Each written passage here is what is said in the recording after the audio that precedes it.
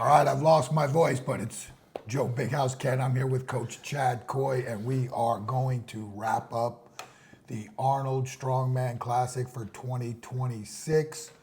We will touch base on the women's final results and the three events that led to a new champion this year. And then we will go through the men's final results and those three events that led to, we already know it, Mitch Hooper, 4 consecutive times Arnold Strongman Classic champion. Only one other athlete has done that, and that is the Big Z, who I believe won 6 in a row before of the total of 8. I believe it is 6 in a row, yeah. So definitely the second one, like for 4, definitely, yeah, 6 in a row. 6 for sure. I'm almost positive of the 6. So with that being said, we will also give a recap on Tom Evans and Trey Mitchell's results. Kind of a funny day for both. It was a different day, but it is what it is, and we'll get through it, and we'll improve and get better. So first off, with the women, let's congratulate Olga Lashchuk. She had a very impressive 2 days, very consistent. I don't know if she was ever out of the top 3. Super consistent and very. We're looking at the scores there, and it was super close. It was 50.5 for Olga, reigning champ Inez Kiraskilo. And before we move on to that, this is a lady who broke her foot, had surgery, rehabbed it, and then came back to the biggest stage and put on a hell of a performance. So I think there's some things you all got to remember about that. You break your foot, that's a big deal. Yeah. And she came back, and she came back strong, and she did a hell of a job. She had 49 points, and Angelica Jardine, another former champ. Yeah. And she had 48.5, so super tight podium. Congrats to Olga. I met Olga several years back in Nashville.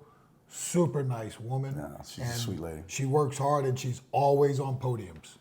So it's nice to crown. She's always putting in the work, and you know what? She's very supportive of the other ladies as well. I think that's something we saw all the ladies today. It was awesome to watch. They were just very supportive of each other. Yep, like I'm looking at the events from today, and Olga was second, joint second, third. Yeah. That's how you win. Inez won 2 events. Angelica won the third. Yeah. So that shows you your podium was very steady across the top most of the day. And all the women competed super, super well. I mean, there was a lot of competitiveness in that 4th, 5th, 6th, and 7th position. I think Hannah Lindsay, just wow. I mean, just wow. She's overcome a lot of adversity, overall. And she brought it and just didn't back down, and just impressed. Very impressed. I mean, I'm very impressed with all ladies, but I mean, it was really fun to watch. Yeah. So I mean, again, when you watch women compete at this level, it just never.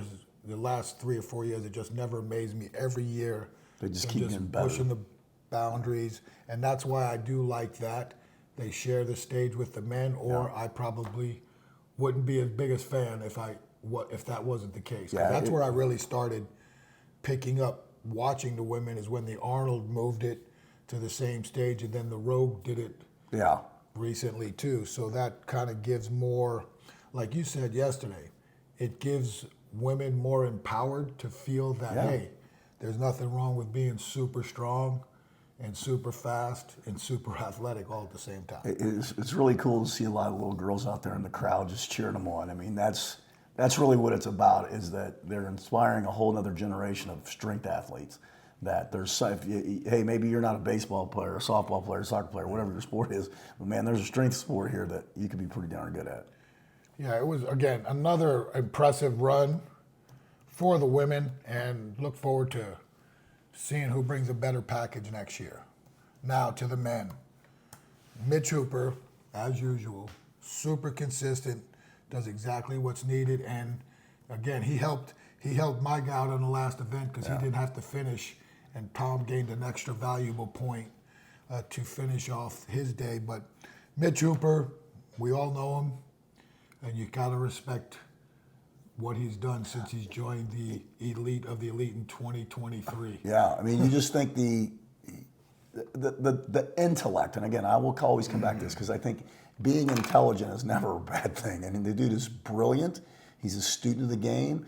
He's not afraid to ask questions. He's not afraid to actually hit you up for stuff and go to other coaches too. So I think he's just. Well, he's not afraid. He's going to do what he needs to do to win. He's one of those guys that just he's going to turn over every stone to be successful.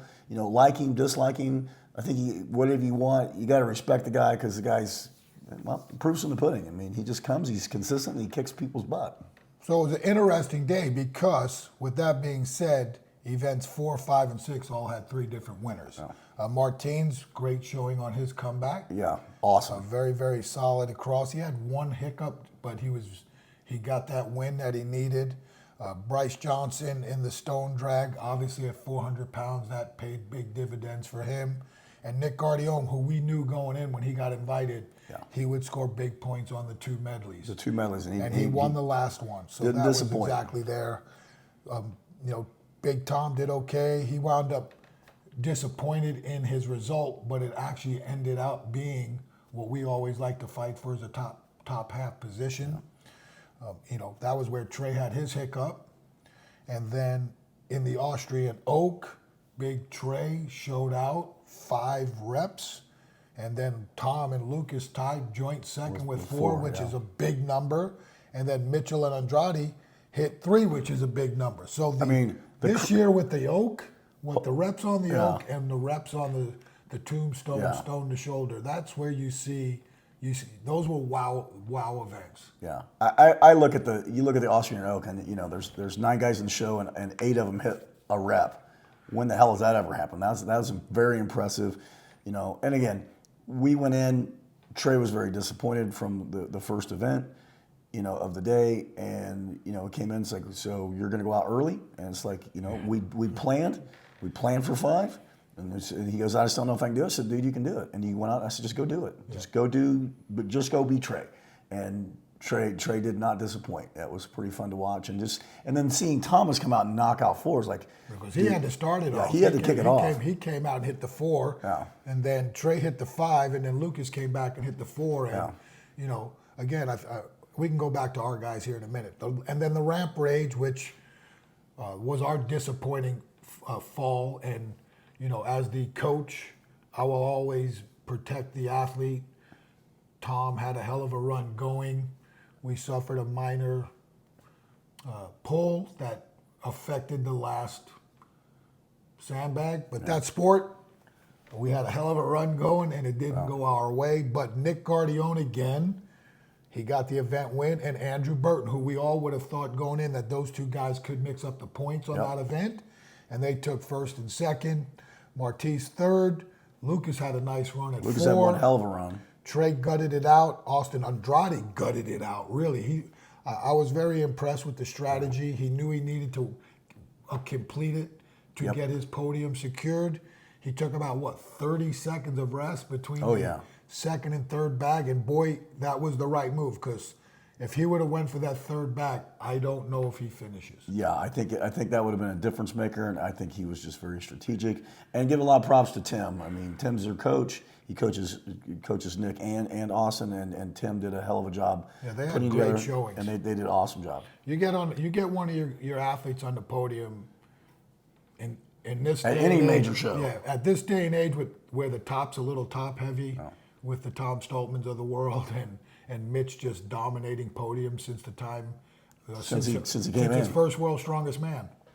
I don't think he's been off the podium. No, pretty well. I think one I other think time one since Giants that. Live. Yeah. I think Giants Live. That's the only time he's been off the podium. Yeah. So again, we're in a different era. The competition's deep. I mean, from one point on, going into this day, 3rd through 7th was tight all day, and it remained tight all day.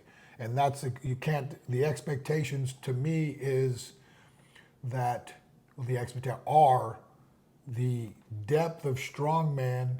Although the top end guys, again, 981 deadlift back in the day would have been openers. They might not have even placed in the top 5 or 6 back in the day.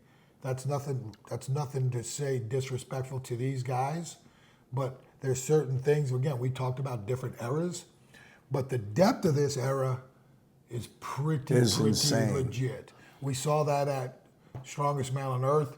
We did see that at Rogue, and we saw it again here with the top 7 finishers being within a place or 2 of jockeying all through the you know, to compound that, when we go to World's Strongest Man is 6 weeks away, and the depth there is I think it's going to be the best World's Strongest Man that had to date, because the depth is, everyone's so good, and just you're going to claw that, you're going to claw the prelims. If two guys, I mean, that's top 10 guys.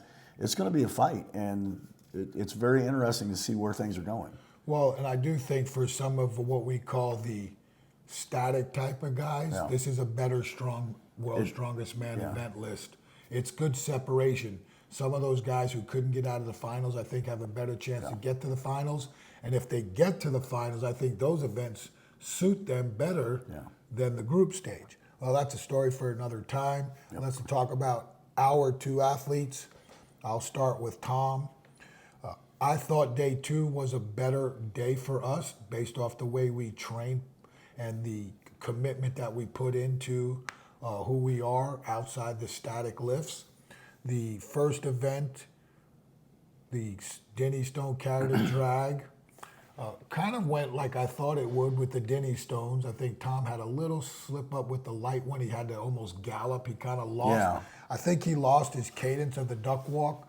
I don't think that was necessarily the issue. The issue was on the backwards drag with almost 2,000 pounds, and that's why a lot of people did not finish. Tom going out early, obviously he was very frustrated because he didn't think that was going to hold up, and it wound up holding up about, I mean, we've definitely damage controlled that event. With that being said, it kind of, again, jockeyed some points. Jockeyed some big points. And then we go out for what we knew was going to be our best event. And obviously it was based off training. That was not a surprise. I knew 3 was legit. It was just going to be, could he manage the tempo of the 2 minutes to get to 4? And he knocked those first 2 out early, which that's kind of Tom's strategy. Yeah. And he does recover. We talk about just take the cluster. Just take the cluster. That's why you saw he could have easily went into rep 2. He stepped off, unhooks his belt to get his breath, calm down a little bit because he does get lightheaded sometimes at the top. And I thought he performed admirably well with the professionalism and the calmness that he attacked those 4 reps. He was punching his head through much better. I mean, just watching. He did that in the warm-ups too. Yeah. He was dialed in. He was dialed in, and just watching the train, just seeing the training. You know, I knew he had 4 reps. I know you guys had talked to 3, but I thought he has 4. And then when he came out and smoked the first 2, I'm like, he's going to get 4. You know, and honestly, when Trey came out, I was like, okay. Could be a joint way, 3-way tie. I was like, God, this could be a joint way at 4. But then, like, he just had the. Yeah, he's had the extra. He banged the reps right the way he needed. And again, we practiced rep, like, okay, what's the cadence? We've got 90 seconds. How do we need to get there? You know, and in training, you know, we hadn't gone over. We did sets of 3, and he smoked it. We did some lighter stuff that he had good tempo. 5 was the goal, and he came through. So, and I was happy with Tom's recovery because I thought his legs would be a little bit more fried because he did have a hard time with the backwards jag. But man, I saw in the prep sets, his pop was there, and I was like, oh man, he's gonna have a really good event. Okay, then the last event, the Rampage, that I really thought we were going to do super well at, and it started right like I thought, and that third bag that jumped him, and again.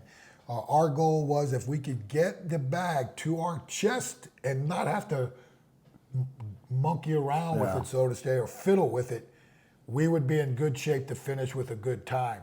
When I saw Tom was unable to do that, I knew that bicep probably tweaked it a little bit more after the 4th rep of the log. Yeah. And that's when you could tell that really threw off where he was going. But if you watch replayed the live stream because I knew it was a fast 2-bag split, and I was super, super impressed with how well, and the commentators even said that those first 2 looked really well. But again, in the end, it didn't work out the way we hoped. He did not finish it. He was one of 2 guys who did not, well, Mitch didn't have to finish it. Right. And that kind of cost us dearly, where I think if he would have finished it, he might have placed, I mean, it definitely would have been top 5 place as far as that event where the points would have jockeyed after that, hard to say. Again, but in the end, 6 events. Our consistency was there for 4 of them. One I'd give a little half, and then the 6th one was not what we would hope for.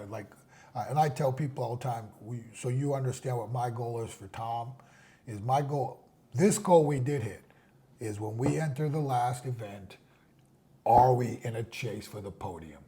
Because then you just have to empty the tank. Yeah. And Tom always empties the tank. So he leaves it all on the floor, that's for damn sure. And then it is, if we can work to be consistent enough to be in the top half of all the events, you put yourself there. And the truth is, we were 5, in this event with 9, 5 was my magic number, and we were 5 or 6 up into the Austrian Oak where we tied for second, and then we lost out of that.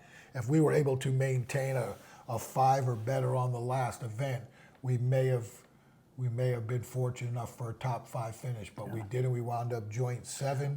That's the way it is. And now we regroup and we worry.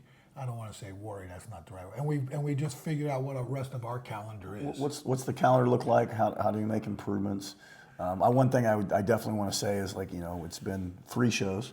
3 shows that you've been the head coach. I've been the assistant coach, and Tom hit. That's 20 events. Tom hit 19 PRs out of 20 events. 19 PRs. 19 PRs of 20 events. So sometimes you just got to look at you're progressing, and when you get to the highest level and you're still progressing, that just says there's still a little bit left in the tank. So, how many years does Thomas Evans have, or Trey Mitchell, or any of these guys?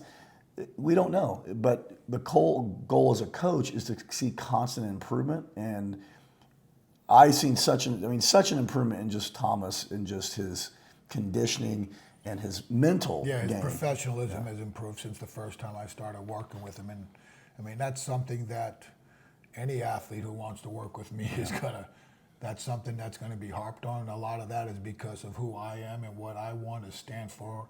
And again, if you want me to champion you, then you've got to hold the line yourself. Yeah, you got to toe that one. So let's hit Trey, because I think Trey, once again, he's a day late, a dollar short for the podium. Well, we came out, the duck walk went fine, loading the stones. It was a little too closer to the skid. It just wouldn't get moving. Once he got it moving, his feet were fine, but it just didn't move. And you know what? Here it is. Everyone had problems with it. I'm not going to make any excuses. Everyone had problems with it. And I'll just say this, we didn't do well. And, we came off that event, and he was pretty down. I was like, Trey, just win the next one. So if you win the next one, that's 9 points. You got 1 point. Okay, that's like 5, you got two top 5s. 2 top 5s. So if you can stay in the top 5, then you're pushing for the podium. And we pushed, and then we came back, and when we warmed up for the log, and his reps and warm up looked great. They were punching through, very solid, and he went out and executed, and he just executed the game plan that we'd already spoken about. Then he comes to the last event, and a few guys had finished, and Thomas had dropped the bag, and one of the other athletes had dropped the bag, or Bryce had dropped the bag, and I'm like, dude, just finish. I said, no, I just looked at him, and I just said, look, the only thing you gotta do is not quit. I said, you don't quit on it. I said, I don't care what you do. I don't care if you come dead last. Just don't freaking quit. And he goes, I won't quit. And he went out and he dropped the bag, and all I could think of was because Coach said don't quit. Yeah. And he goes, I picked the bag up and I finished it. And I'm very proud of the fact that he went out and pushed that hard. Now, getting another 4th. I think we said today he's the king in 4th place, because it's whether it's at Worlds or Schmo or Rogue, he's got a lot of 4th places. But. Well, and I think this is a point too. And again, I love Trey, and I like Trey a lot. But I think this is with all the athletes, and this is why that rule of you have to be consistent. Yep. Because in your case, that's what I say. I would prefer not to have my athlete bomb an event and then you have to come back and say, you need to win this event. It doesn't mean it can't be done, but that's additional pressure. So that's why I think all athletes, regardless of what level you're in, when you start this, I think you're going to have a very good event or two. We're finding this out. The more I'm working with Tom, we are becoming recognized as one of the elite pressers in the world. He can do it on a log. He can do it on a axle. And a His dumbbell. dumbbell starting to move. I mean, a near miss at 290 yesterday, and everybody's like probably saying, why didn't he just, because at coming out early, we took a risk. Because if we hit the 290, we get big points. You swing for the And fence. we needed it. So, again, that's one of the things that as I continue, Chad is a very good performance coach, but he is a strongman coach based off of his experience in the game. I prefer to call myself a strength and conditioning coach who works in the sport of strongman, and that's why I like to keep Chad close with the event stuff that I have not gained the professional eye for, but we have had a lot of success together. Hopefully we can continue to do that moving forward with some of the cool programming stuff we talk about. But we want to thank you all for tuning in. It was a hell of a 3 days, and again, I lose my voice because I am out of yelling mode. Yeah, you're out of yelling Yeah, mode. I'm out of yelling mode, so I am kind of feel like I got my job done this week. We will be around the expo. But wait a second, because I'm just going to do this, so y'all see this. If you haven't bought one, man, get one. I'm telling you, if you learn one thing from this book, it's worth the money. Spend the money, get educated, find the education. And there's another one coming that's going to be on intentionality of velocity-based training. Get it. And then, a lot of this book. You're too nice. Yeah, a lot of this book humble. can do a lot of good things for not just a strongman athlete. I could easily have made that conditioning for offensive and defensive linemen and been in a pretty good shape too. But again, thank you very much for listening to us. I will be doing a lot more on YouTube here shortly. But Chad, my man, it's always Great a pleasure. weekend. Our Airbnb will be cleaned up, sheets, everything in line, so when we leave, we get an A rating. So with that being said, we'll see you tomorrow if you're in the expo Peace hall. out. And as always, be safe and words win. Holla.